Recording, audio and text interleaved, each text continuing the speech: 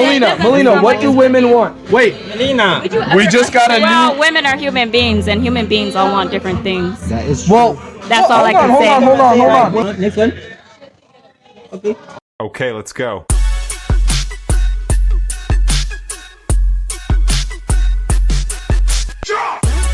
Be careful with these ones.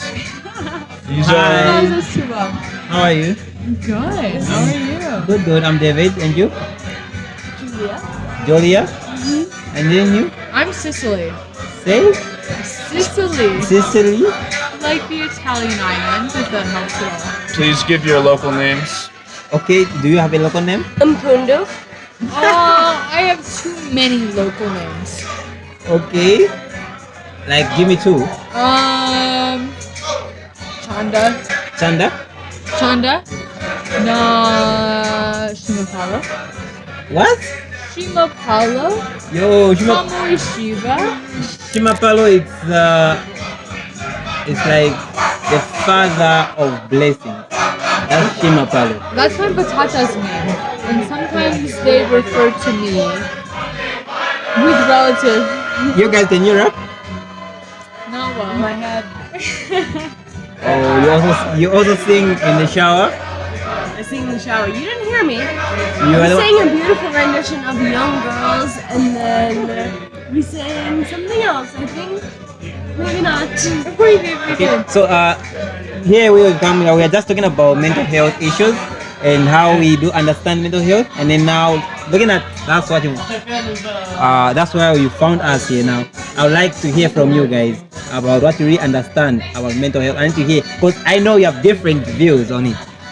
So Mental health and health issues. Yeah, I think a lot of times people discredit mental health issues because you cannot see it. I think a lot of other physical ailments and diseases, you can see it and therefore it is validated, but because you cannot see mental health struggles, it is disvalued and ignored. But I think that makes it ever more important because many people are struggling and are ignored and don't have access to treatment or are made fun of because they are struggling, but you cannot see how they are struggling. So I think it is ever more important to create avenues of treatment and support for people that are struggling with mental health problems. She raises a lot of good points. She raises a lot of good points, but what I think what she's hinting at is the much bigger issue of aliens. okay. I don't know. I think that's what you were alluding to, Julia. Maybe you could speak more on that. Yeah, I think as the US really expands into our galaxies, I think we are coming upon many other vulnerable populations that are ignored within the healthcare system. And I think in the same way that we are creating avenues of treatment for people struggling with mental health issues within the United States, I think we also need to be addressing new populations that we are encountering within the galaxies. I feel like, from my experience, Okay. in the village that I live in, I think that there is a lack of language around the ability to talk about mental health. Okay. I feel like there are many times in which I have expressed a difficulty with mental health, and then my counterparts don't know how to level with me. And they're like, oh, Sicily, everything's gonna be fine, it's gonna be great, you're gonna figure it out. And I'm like, yes, absolutely, but what I'm looking for is this is rough and this is difficult, and how do we find a common ground of that this is hard and difficult within the bounds of Americanism and Zambianism? I've heard she said, how can we raise the bar on And there is not a word for anxiety in Ichibemba. Exactly, and oftentimes Talking about that is hard. oftentimes I find myself in the village, and we're looking up at the stars, and the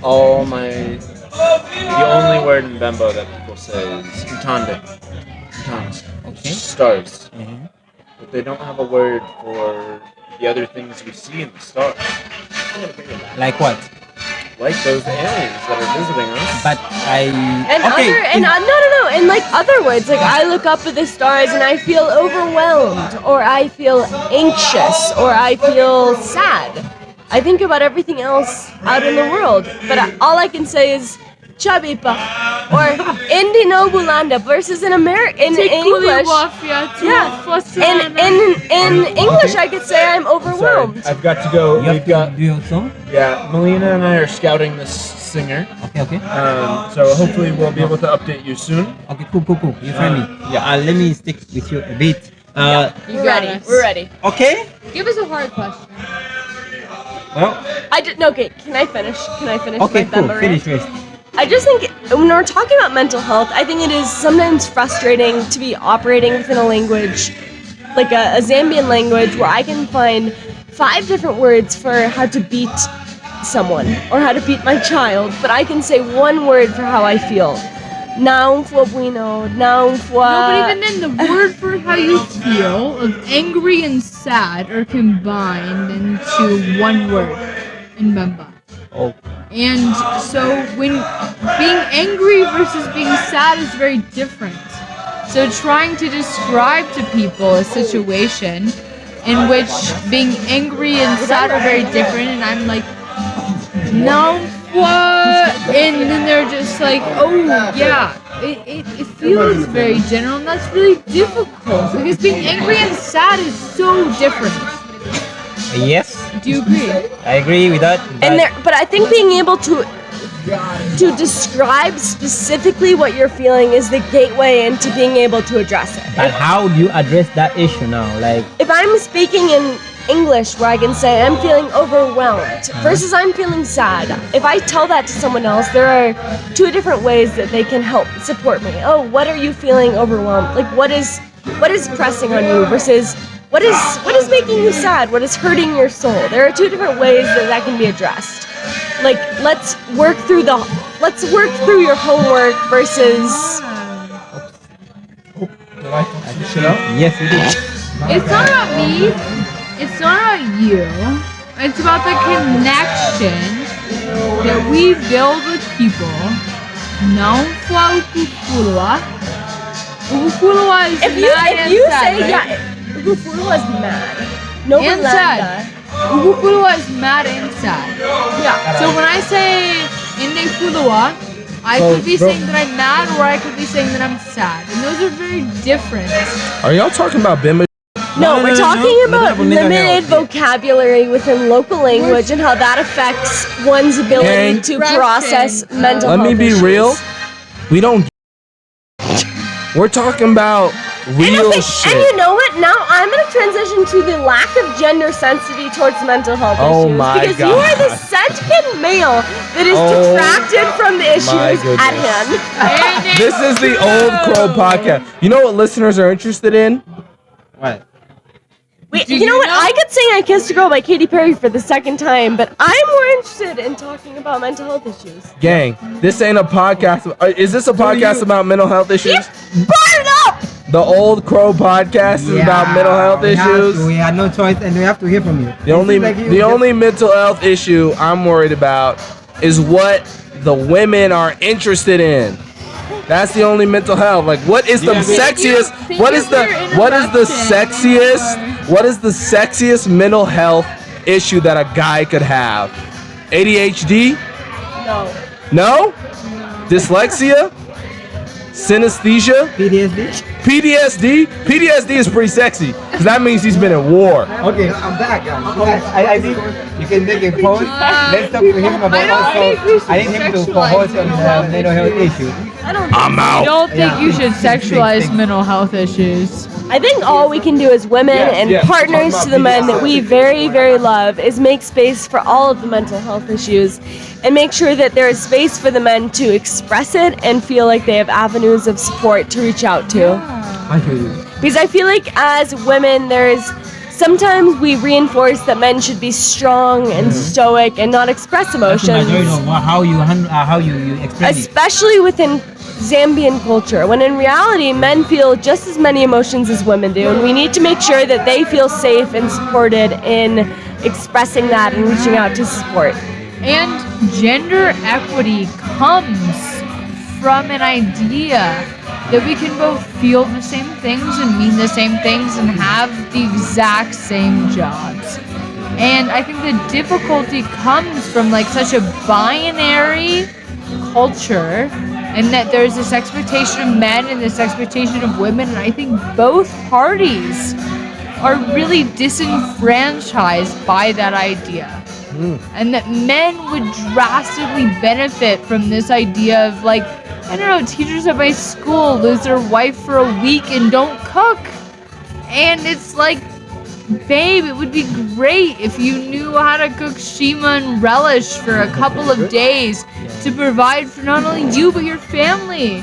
And for women, it's a constant disenfranchisement of the expectation of who you are.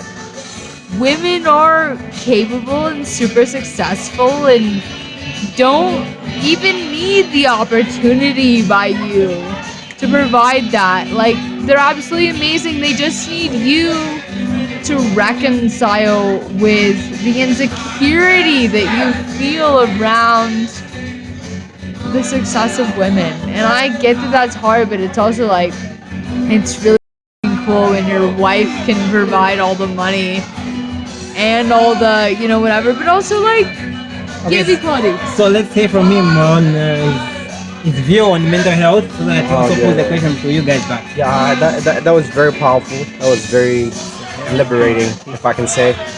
But I will say, on the standpoint of from a guy's point of view, is that sometimes people can look from they can be outside looking in. Because if I say, compared to the Zambian culture, when it comes to men, mental health is not something taken too seriously. So even when said by women, we want you to open up, we want you to tell us about our problems. And then if they were to see the man weak and crying and sobbing, they would not like the picture they see, you know? They'll be like, no, this is... That means you're a wicked guy. Wicked guy. Yeah. Yeah, so it's very confusing for men, and they do open up, and, you know, they don't get the love. Do you think that is within Zambian society or American society as well? I think it's just a general thing, but I can't say it's a bad thing, because men just have the thing that to men, women are something precious. In our heads. We hope. But men are precious to women as well. But in our heads, it's like we have to be careful, you know? Men, it's more, you know, you just like boy kids and girl kids. If he gets hurt, it's just, you know, he's a boy. He'll be okay. Yeah. You know, on a more serious note, it's just the same, especially in Africa. If a guy was... Okay, I'll start with the girl. If the girl was to go to a police station and was like, I'm just from being sexually harassed or worse, raped, they'll bring the whole forces down. You know? Like, we need to find this man and castrate him. You know, he doesn't deserve to live. Which is an okay reaction. You know, that they don't deserve to live. But if a man was to go to the police station and say, hey, you know, I just got sexually harassed, they're gonna ask questions like, are you sure? Or like, what are you doing? Okay. Yeah. But I think at this question on my mind, I need to know, like, looking at here, it's like this when a lot of people are now getting to know what mental health is, the importance of mental health. So I would like to know from you guys who has lived years than I, like, how was it that time, like those years back when, before it became like this common as mental health. You get a point? What was mental health like before now? I don't know if I can speak to that. I think I've always existed in a time where it was recognized, maybe not understood or fully validated, but maybe some of the grandfathers in the corner can speak to what it was like to exist in a time when mental health was very taboo. Okay. I think I have experience. I felt like for me, going to therapy was a luxury. That I was able to be like, you know, this is something that I care about and this is something that's important about. And my parents, fortunately, were able to financially fund that. Sorry, but it was as the something that was producer, really. I want to say you have to talk to him. Even if you're talking to him, you have to talk to him. It was something that was really taboo for my parents, especially. And I think that at a certain point,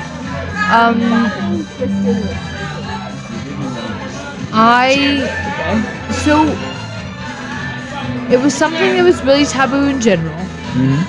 And then at a certain point, I think that it's, I don't even know what I was saying. What are you saying? I think as we've continued throughout the different years, it has become more common. But I think regardless of if everyone is talking about it, it is still difficult personally to speak about it. Like even if everyone is going through the same mental health struggles of isolation, of depression, it is still hard to admit yourself that you're struggling. So I think even if it has become more common, it is still difficult to speak about. But how much do you think we should like put the awareness of mental health to everybody, like for everyone to know? Everyone, I think highly extensive. I think in the same way you speak about malaria, everyone knows about the risks I think and that vulnerabilities it's of malaria. become something in the United States in which it feels like a luxury doctor, like in the same sense of like getting a boob job or a Brazilian butt lift. Is that Like so? there are some people that have access to mental health care services and can see a therapist. And when I explained it to my family, in the sense of like, this is like really awesome to have somebody who's working with you to solve problems that you're dealing with. And that is truly what it is. And I think that it is amazing and it is incredible. And I think that we have such a stigma around, you know, like, who are you and what are you doing and like all this, and it's not really like that. It's like there's so many people that don't seek mental health services, and with that they end up in places that are really negative. And so I feel like now in the United States we're transitioning into like it is a luxury to be able to talk to someone that can help you to navigate different mental health, not even crises, just like, oh my god, I still like my ex-boyfriend and I don't know how to deal with that. Like it is something that is so simple as that. And like that is what a therapist does. And it doesn't mean you have some crazy mental health issue. It is genuinely just a luxury to be able to have someone who can help you navigate all of the different intricacies of having a brain. Okay, but why does that have to be that expensive? But it doesn't. I think in Zambia, where at least in the more rural areas, there are people that are employed within the education sector and the health sector. Yeah. Like there are guidance counselors within the school, and there are youth counselors within the clinic that are free and accessible for the whole community to access. I think within America, yes, absolutely, that is an issue that needs to be addressed.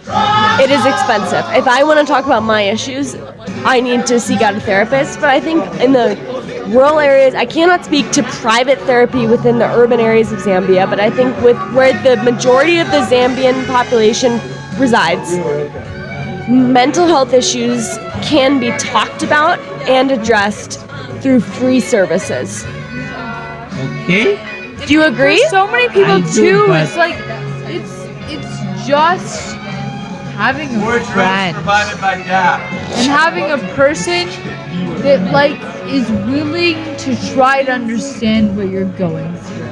Okay. And that is the baseline. Like obviously having a mental health therapist is absolutely fucking wonderful, but like not everybody gets that, and sometimes all you got is your buddy.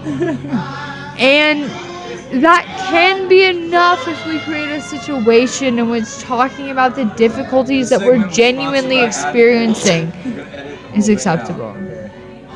Is this live? It's not. No, I think he's gonna edit it. Yeah. It's a Really? broadcast. You better keep all of this in. Yeah. So, like for you, I do agree with what they say that therapy shouldn't be. What are shouldn't your be mental health free of charge. experiences as a Zambian man? Well, to be honest, I think as a man myself, I don't.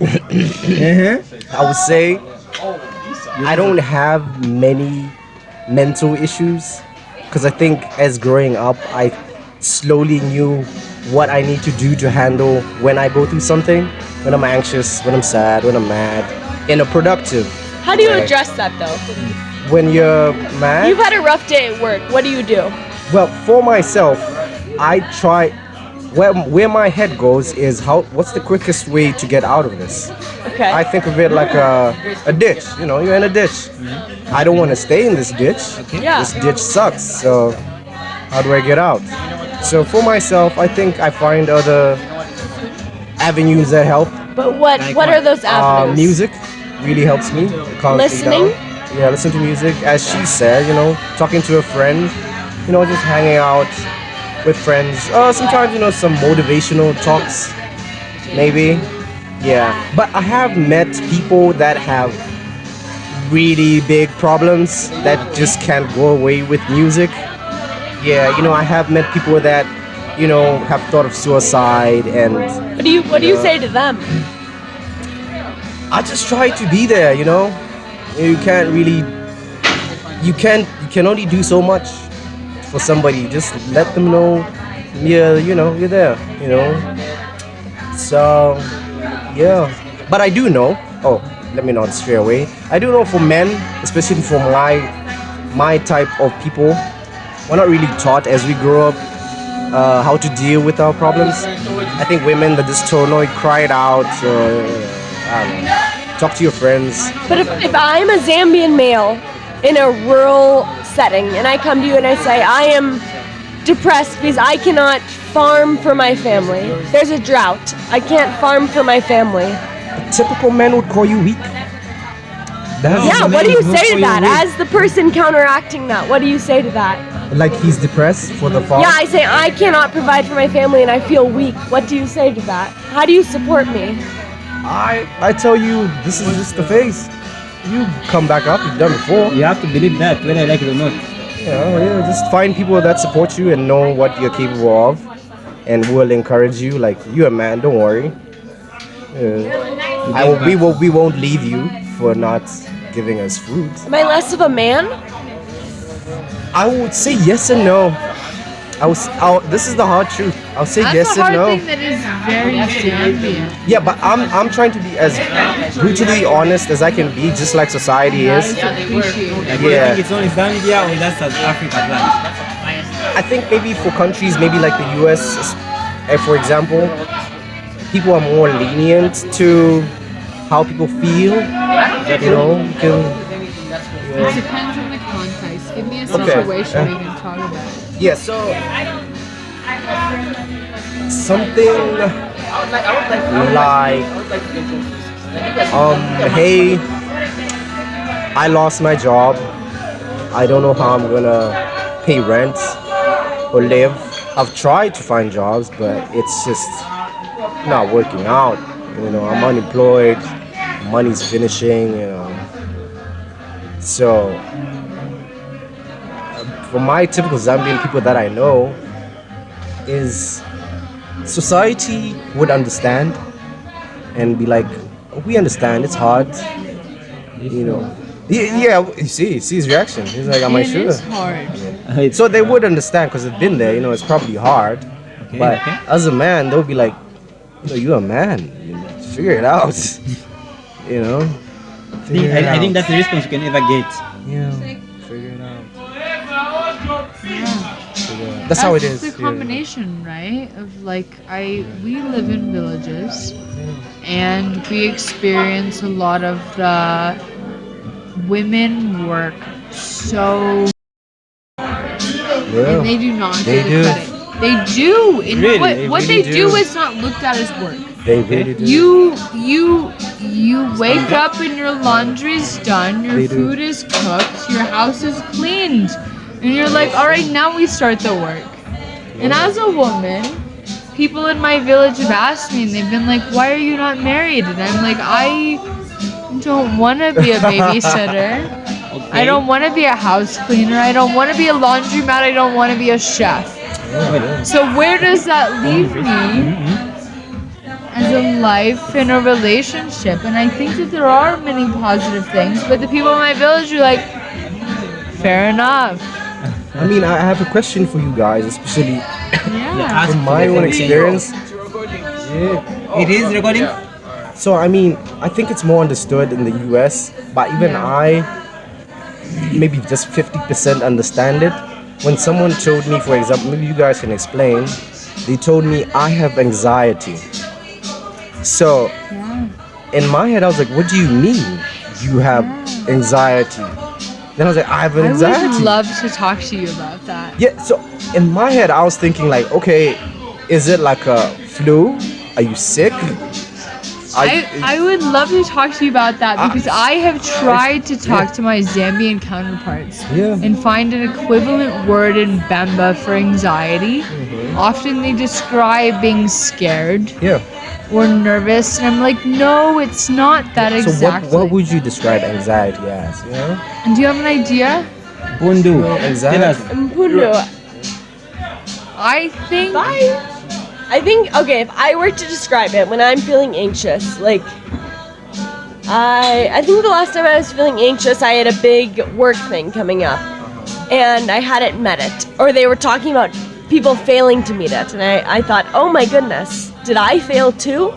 And I felt my heart beating a little bit faster, and sweatier. I started sweating a little bit. It wasn't hot, but I was just sweaty, and I started thinking, oh my, is this me? Is she talking about me? Did I fail?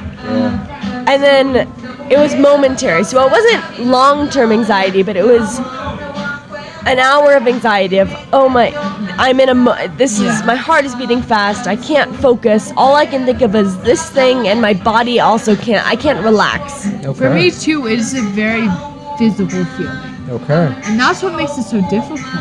Okay. It's not like a mental thing that I'm just like, oh, I need to work around this, that, whatever. It is a physical, like, I feel a depth in my stomach, like, whatever. I think it comes from such a multiplicity of things. That it's not like, I feel like this X, Y, Z plus H is anxiety. It is generally just like, maybe an inadequacy, maybe a desire to do something, maybe a worry that you're not going to make it to the bus on time. It can be anything and everything, and it is broad with intention, but also difficult in the sense that, like, for me, it is very physical. And it's very much like, I worry about, it's a worry. I think anxiety is a worry that you feel physically and that extends across. It's like if your boss called you right now and you're like, it is Saturday night. Why are you calling me? Hey, what did I do What are you up to? wrong? What are you doing? And you're like, oh my god, I'm at the Old Crow and I've been Doing a drinking. podcast. Can you talk to me for? I need to talk to you for about 15 minutes. Can we talk? Do you have time to talk right now? But You'd be it's nervous. just like, it's like, I remember, like, I teach English, but I teach English in Bemba. And sometimes I run into situations in which I'm trying to describe certain words. And so I remember my kids asked me, and they were like, what is bored? They were like, we don't Oh my god, understand, bored, like, what is bored? And I was like, Mushiba ti bakafundisha balifai mwekulolela panuma kalashi lelo tamukwete fintu uchita. Oh, that's nice. And I was like, that is bored. When you are asked to wait after class but you don't have anything to do, that is bored. So to describe to you anxiety is a similar thing. Okay, so I will ask you guys a question. So then is anxiety a state of mind at a specific period of time or a sickness? I think it can be That both. needs I to think be healed, people can you know? feel permanently anxious, which thankfully, I have never felt that. But I think if that is something you feel, then you should seek mental, you really need health services for You that. know, some people are hungry today because they haven't eaten. And some people are hungry for a week because they don't have access to Or a food. month. You know, It's the same thing. I have a controversial opinion, you know, which may not rub people the right way. You know, We'll run you down.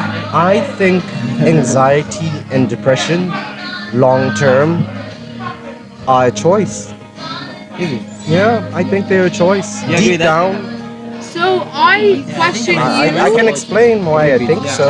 Okay, why do you think so? I can explain. So, I think of it just like anger. When you reach a point where you're very angry, well, eventually you're like, I have to do something with this anger, and eventually it's gonna go away.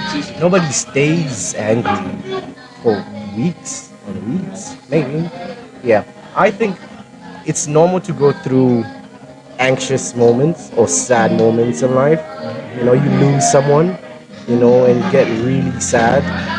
But after a few weeks, if if if you want to stay in the sadness, it's your choice. You think that that's a situation which you should be able to pull yourself out of. And I agree, but Yeah. I think what I mean, if we want to get into the science of it, hi. Go ahead. What, your name? Oh, I'm Cecilia. nice to meet you, Cecilia. Yeah, Uh-huh. I actually my degree is in psychology. Ooh, this is nice. So- We have